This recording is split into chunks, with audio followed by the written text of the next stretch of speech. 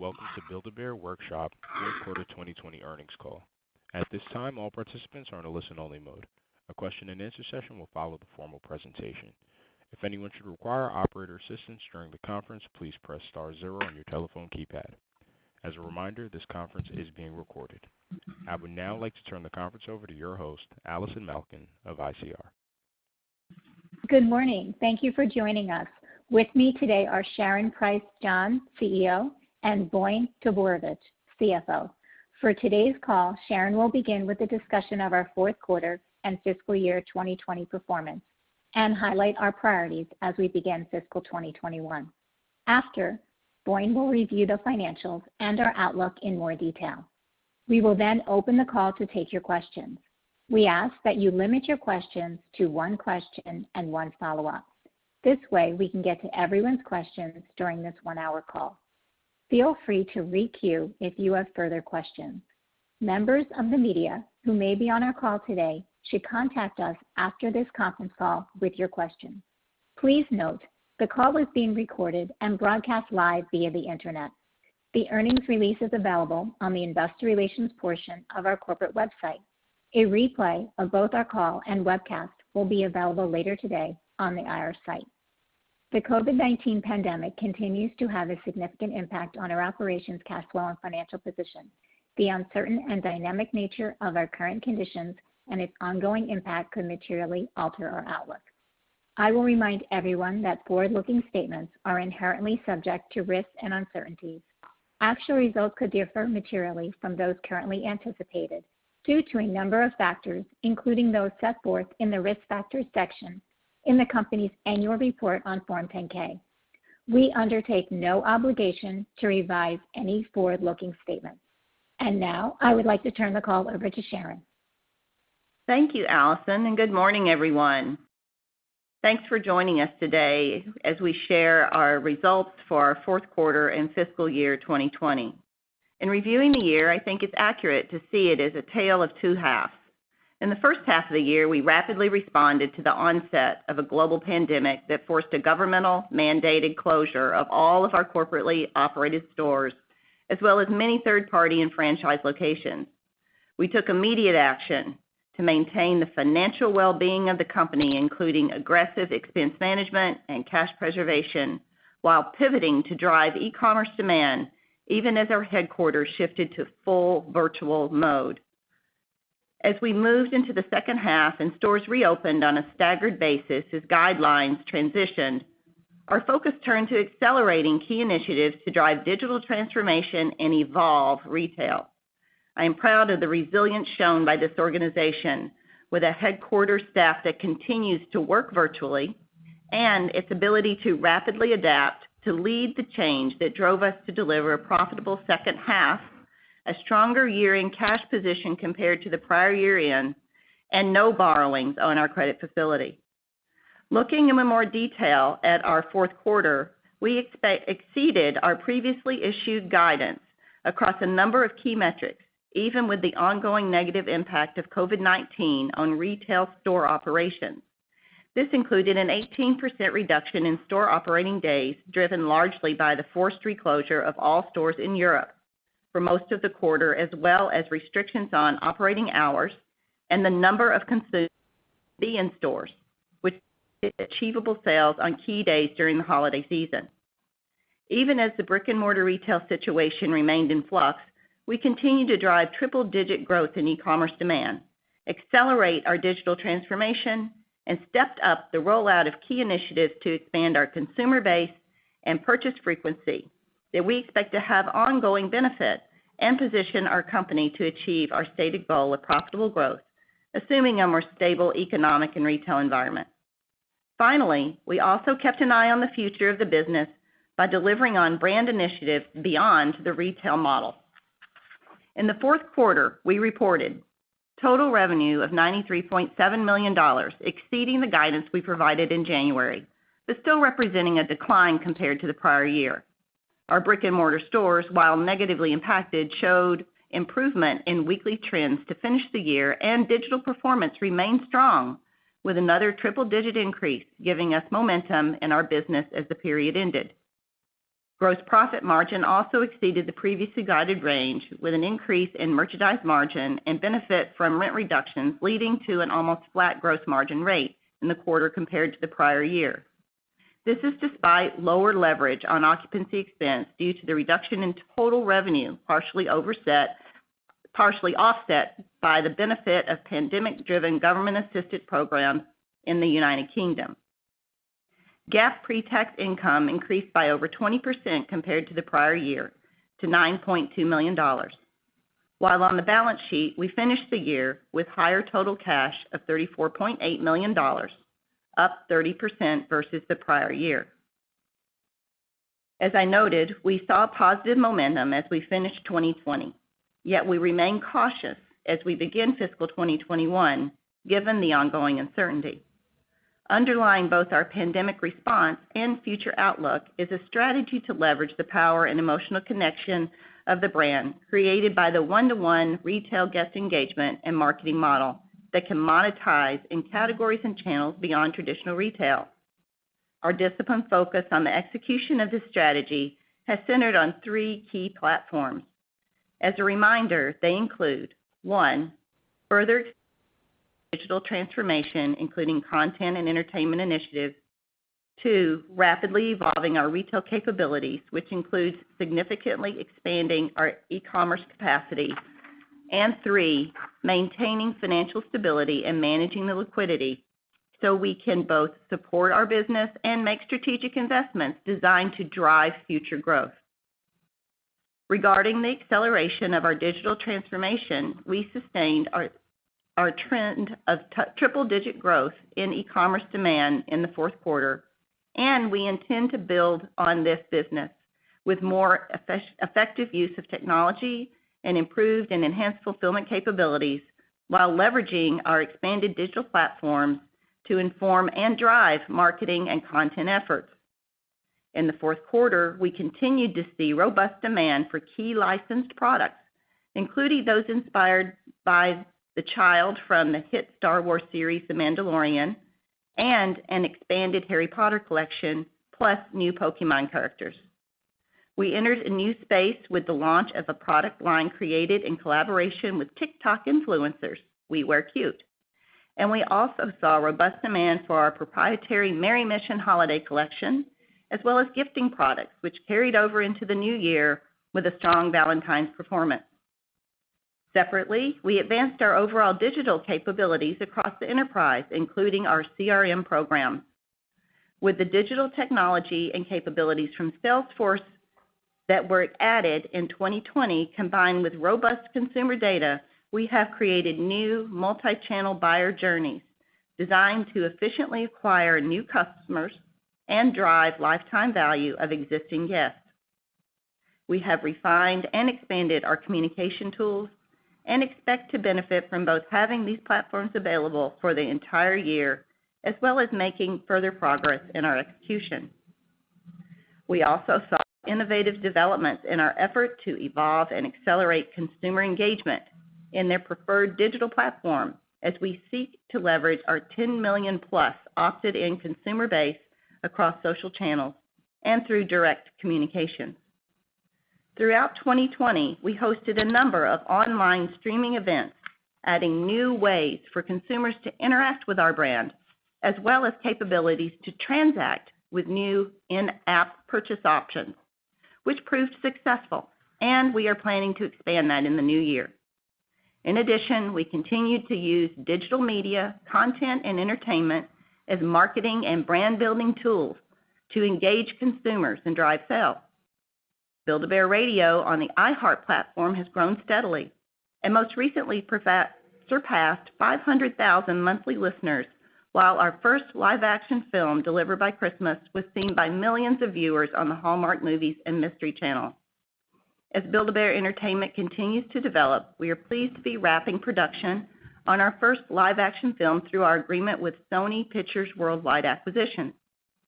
As part of this agreement, the film Honey Girls, which is expected to be released in fall of 2021, is inspired by our popular intellectual property and successful product line. It uses the power of music as a celebrate individuality while recognizing that we can also be better together, all wrapped up in a fun girl empowerment journey of discovery. We expect to see heightened consumer engagement with the branded entertainment content when the film is released, with the movie and original music effectively acting as marketing tools to drive increased interest for Honey Girls products across channels.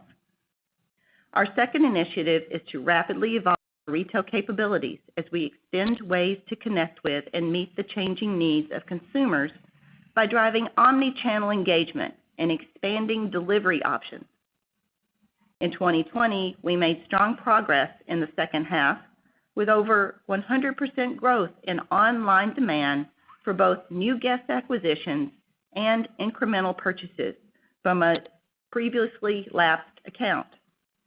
We plan to continue to broaden our addressable market and expand our consumer base with omni-channel engagement using occasion-based offerings and high-appeal licenses.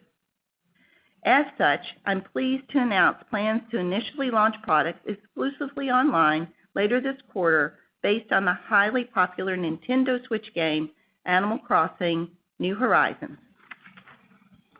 Accordingly, with the increased digital demand, we needed to expand our fulfillment capabilities to efficiently deliver the increased order creation by improving warehouse throughput and adding omni-channel capabilities. We have been able to leverage our stores to effectively act as mini distribution centers, leveraging labor and optimizing inventory. In 2020, we added diversified omni-channel options to more than double our fulfillment capacity by improving warehouse efficiency, developing buy online, ship from store, buy online, pick up in store, and curbside pickup capabilities, as well as partnering with Shipt to provide a same-day delivery option for our guests. And finally, we remain keenly focused on maintaining our financial stability with the liquidity needed to support our business while managing working capital as COVID uncertainty continues. As we have during the pandemic, we have leveraged our strategic high lease optionality to renegotiate over 90% of all store leases. Importantly, we maintained that optionality with over 75% of leases continuing to have an event in the next 3 years. We expect to further negotiate our real estate portfolio as the disruption continues. Separately, we plan to invest capital, particularly in the digital space, to drive acceleration and transformation goals. In closing, 2020 was indeed a tale of two halves, but I believe that ultimately we will look back on the year as one that called on this organization to take action to not only survive a pandemic, but to be able to thrive in the future. I would like to once again thank our associates for their resilience and commitment to our company's mission, as they know the comfort of a hug from a furry friend from Build-A-Bear can provide. We believe our back half results demonstrate the benefit of a solid strategy and the disciplined focus and execution from a responsive and driven management team. We are committed to monetize the power of our beloved brand to deliver future profitable growth as the challenging times stabilize and consumers return to more normal activities. Now, let me turn the call over to Voin to further discuss the year and our outlook. Thanks, Sharon, and good morning, everyone. As Sharon noted, the year was a tale of two halves. The actions taken to navigate the pandemic in the first half of the year, combined with the reopening of stores, acceleration of key initiatives to transform digitally, and rapidly evolving our retail channels in the back half of the year, allowed us to deliver profitability growth in both our third and fourth quarters. We ended the year with improved momentum and a solid balance sheet, reporting fourth quarter sales and earnings ahead of the guidance we shared in January. This was accomplished even with ongoing restrictions negatively impacting all of our reporting segments. We finished the year with about $35 million in total cash, a 30% increase over the prior year, and no borrowings on our credit facility. Turning to our fourth quarter results, which were negatively impacted by the pandemic and in particular temporary stores closures. Total revenues were $93.7 million, a 10.4% compared to the prior year. This includes an 8.7% decrease in net retail sales, primarily driven by an 18% reduction in store operating days, about 25% fewer operating hours, and an impact from capacity restrictions. Consolidated e-commerce demand rose 104% over the prior year, which reflects online-generated orders, including those fulfilled through our stores. Commercial and international franchise revenues were $1.8 million compared to $3.9 million in the 2019 fiscal fourth quarter. Gross profit margin was 50.1%, down 30 basis points from the prior year's fourth quarter. This included the negative impact from non-cash asset impairment costs and rent recorded for our European stores for the full quarter, despite the locations being closed for 2/3 of the period. Partially offsetting this were positive benefits from gift card breakage that flows through revenue with no associated cost, and reduced occupancy expenses due to our rigorous efforts to renegotiate lease terms earlier in the year. On the expense side, SG&A was down $7.3 million, or 16.3% from the fourth quarter of 2019, driven by decreased payroll expenses as a result of reduced store operating hours and lower corporate expenses as part of our cost containment initiatives. We also saw positive impact of currency fluctuations and a significant reduction in marketing expense as part of COVID mitigation efforts to manage store traffic levels given ongoing temporary closures and capacity restrictions. Overall, SG&A was 40.3% of total revenues, representing a 280 basis point improvement compared to fiscal 2019 fourth quarter. During the quarter, we benefited from government assistance programs and grants that reduced our SG&A costs. Some of these programs will continue in 2021, predominantly in UK market, and it should help offset temporary closed. Pre-tax income during the quarter was $9.2 million, $1.6 million improvement as compared to the prior year quarter, or a $400,000 increase compared to the prior year period on an adjusted basis. For the 2020 fiscal year, total revenues were $255.3 million compared to $338.5 million in fiscal 2019. This includes net retail sales of $249.2 million, a decline of 23% from the 2019 fiscal year, which reflects a 33.4% decline in store operating days driven by pandemic-related store closures. Sales were also negatively impacted by reduced operating hours and capacity. On a positive note, we generated a 133% increase over fiscal 2019 in e-commerce demand. We were able to support this growth through our efforts of improving throughput in our warehouse, accelerating omni-channel initiatives, and driving our last mile delivery, including buy online pickup in store or ship from store programs. For the year, we had a GAAP pre-tax loss of $21.8 million, or a loss of $15 million on an adjusted basis. This reflects a decline in revenue due to temporary store closures, as well as the full burden of annual rent expense, partially offset by a reduction in SG&A. Turning to the balance sheet. At year-end, total cash was $34.8 million, an increase of 30% or $8.1 million compared to the prior year. As part of our disciplined approach to working capital and strong management of vendor relationships, inventory was down $6.6 million, a decline of 12.3% year-over-year. While we are comfortable with the receipt flow, level, and composition of our inventory, we are managing our supply chain to mitigate logistic disruptions and delays in product shipments.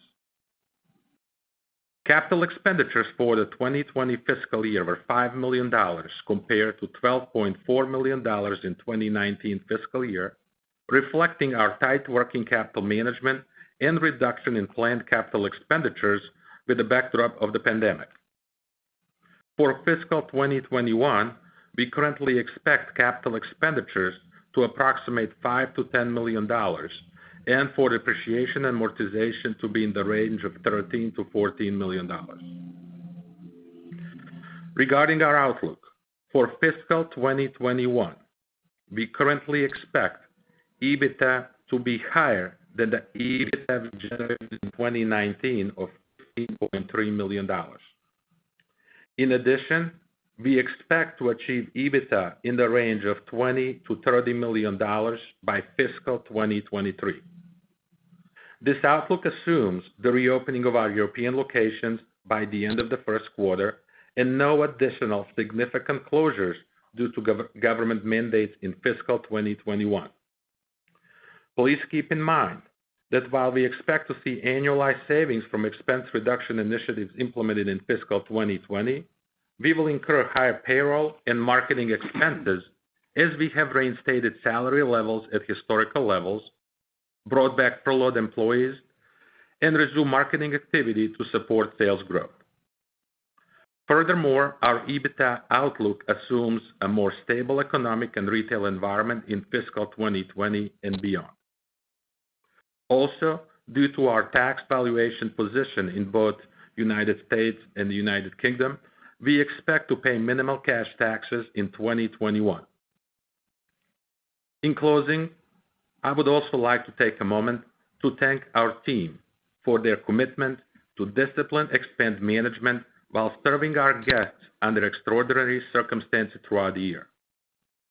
We appreciate their dedication to the brand and their ability to manage through these challenging times while still finishing the year on a positive note. This concludes our prepared remarks, and we will now turn the call back over to the operator for questions. Operator? Thank you. At this time, we'll be conducting a question and answer session. If you'd like to ask a question, please press star one on your telephone keypad. A confirmation tone will indicate your line is in the question queue. You may press star two if you'd like to remove your question from the queue. For participants using speaker equipment, it may be necessary to pick up your handset before pressing the star keys. One moment, please, while we poll for questions.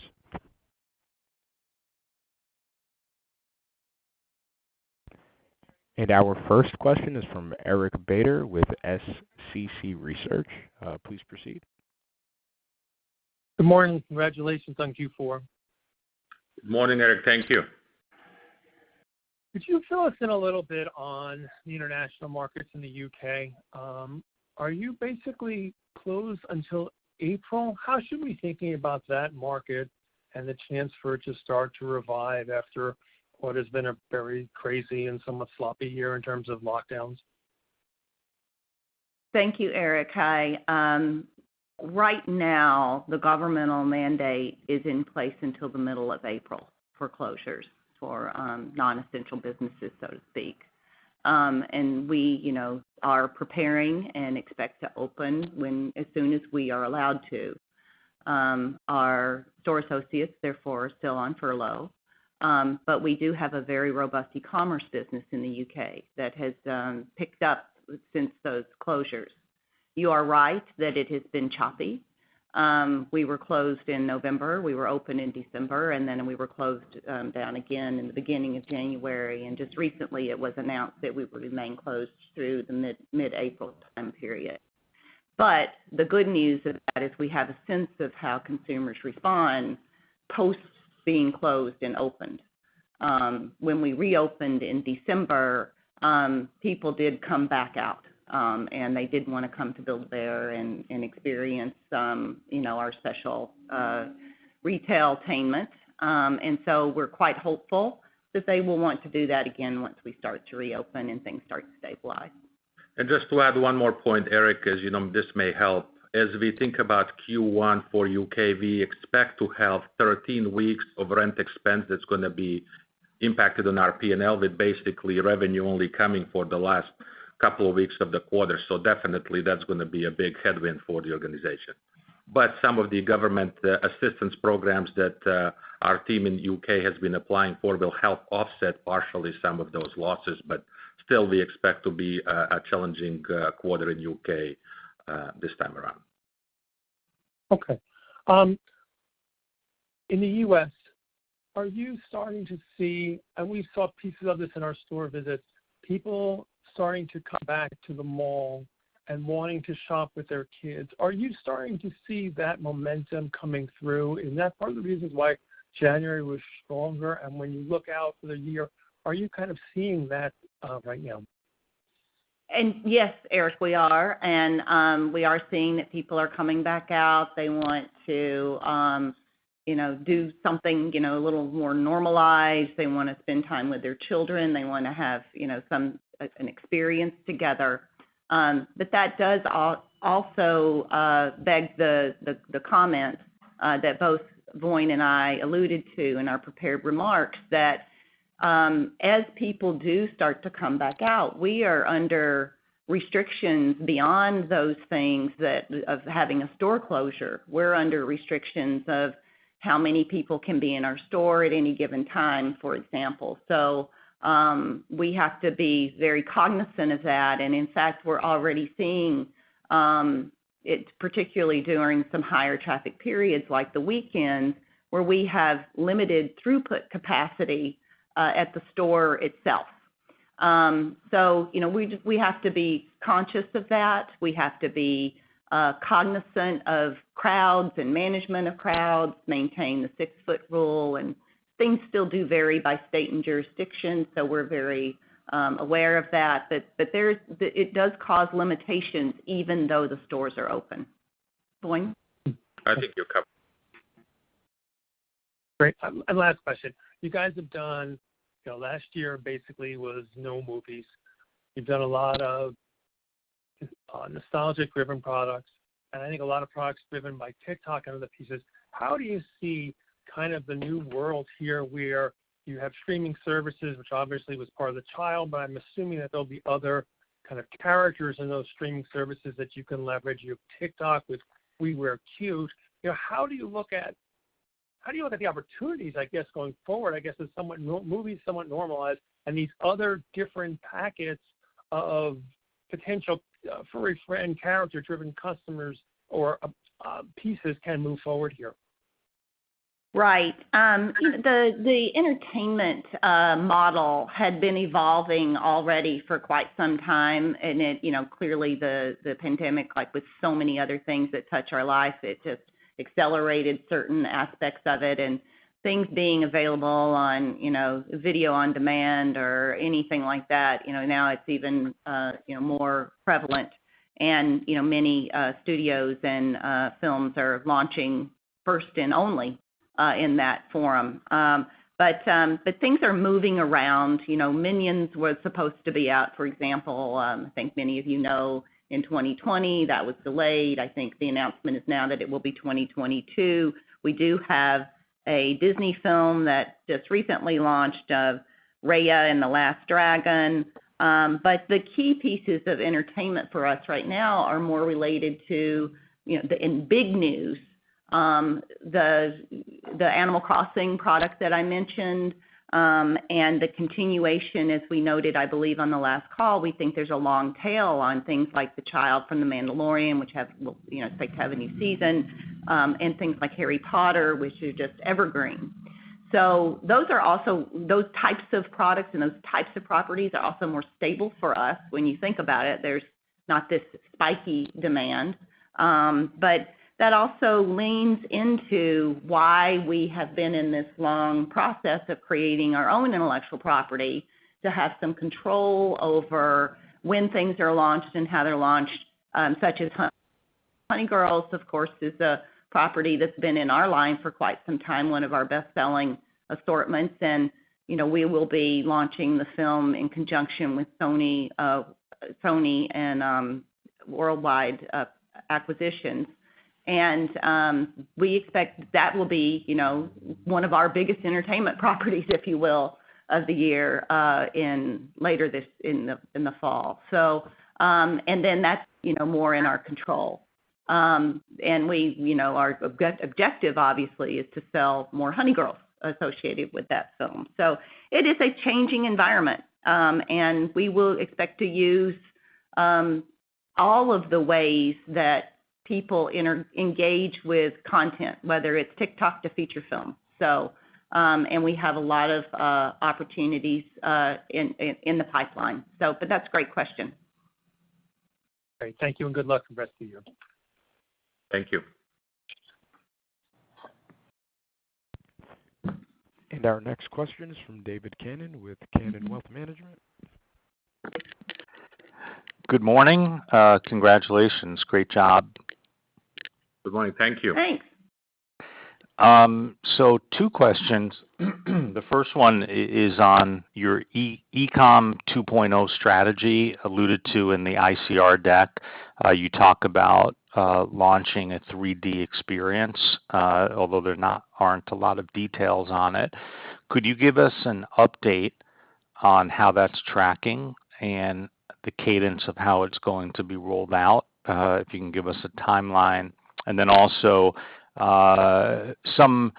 if any color you can give on the augmentation of the experience and if there's an expectation of turbo boosting or changing e-com from this experience. On Bear Builder 3D, which we did share during the ICR conference as well as a bit of a video of where we're headed, we have beta tested it with some external users. We've learned quite a bit from the beta test, and we are taking those learnings into consideration, continuing to build toward a launch later this year. So it's very exciting. A lot of positive feedback from the beta, and still, tracking for the timetable, which was a loose timetable. Of course, technology you have to be. Particularly when you're launching something in a brand new space, a brand new fresh experience that's a completely engaging, interactive space for us that we've never done before. But we're still on track for this year, as we noted.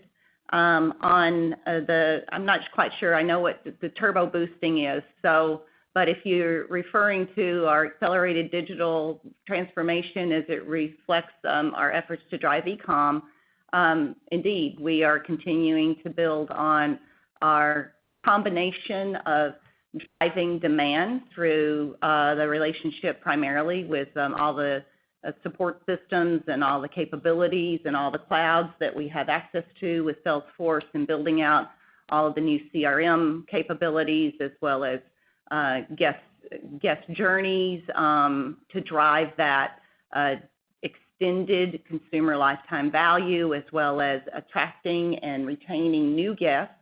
So we feel like we can drive our consumer base, but also building on more occasions for our existing guests. So, and it all interrelates actually with your original question, the Bear Builder 3D, because we want to give guests not only many ways to engage with us digitally, whether it's our traditional format of e-com, what we call our Bear Configurator, which is kind of a Bear Builder Lite, whether it's our mobile first approach where you can just get a quick bundle, or now this completely engaging, interactive Bear Builder 3D.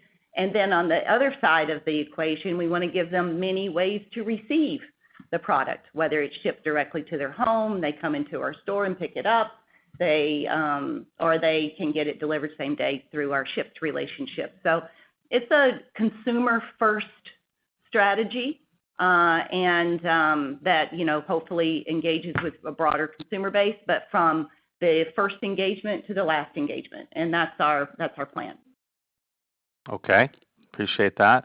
Yeah, what I meant by turbo boost is, right now, essentially, it is a very traditional kind of dead experience, whereas the Build-A-Bear, the differentiator from my standpoint is, it's an experiential retail purchase where, magic occurs in the store, so to speak, between the sales associate and the child, porting that over to the digital experience, I believe, in my opinion, it would really turbo boost where now people are having an interactive,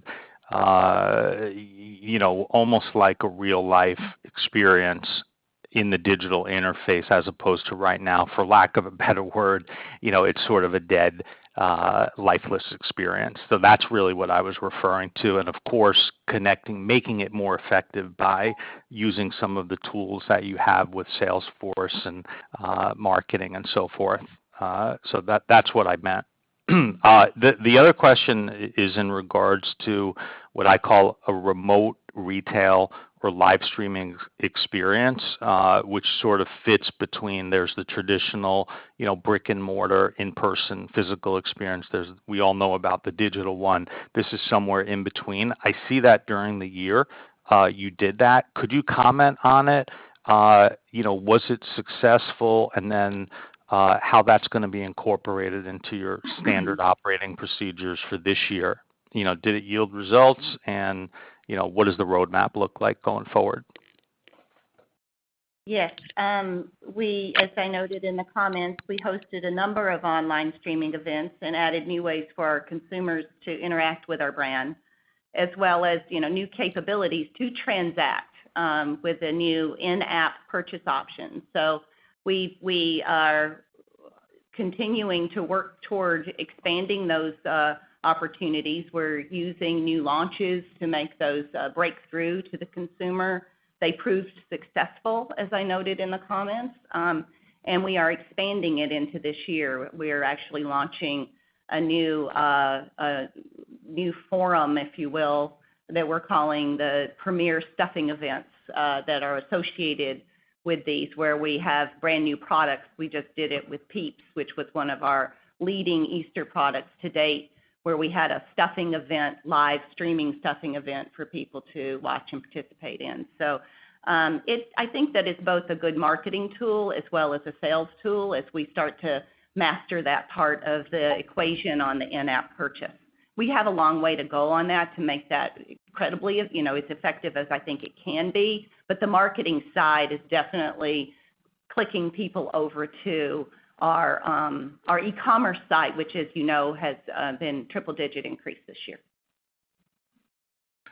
Okay, thanks for the update. And again, great job in navigating through an extremely challenging environment last year.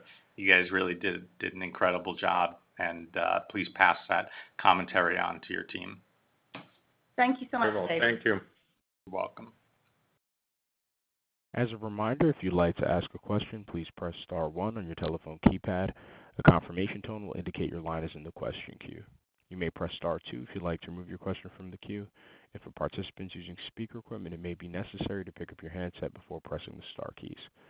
One moment, please, while we poll for further questions.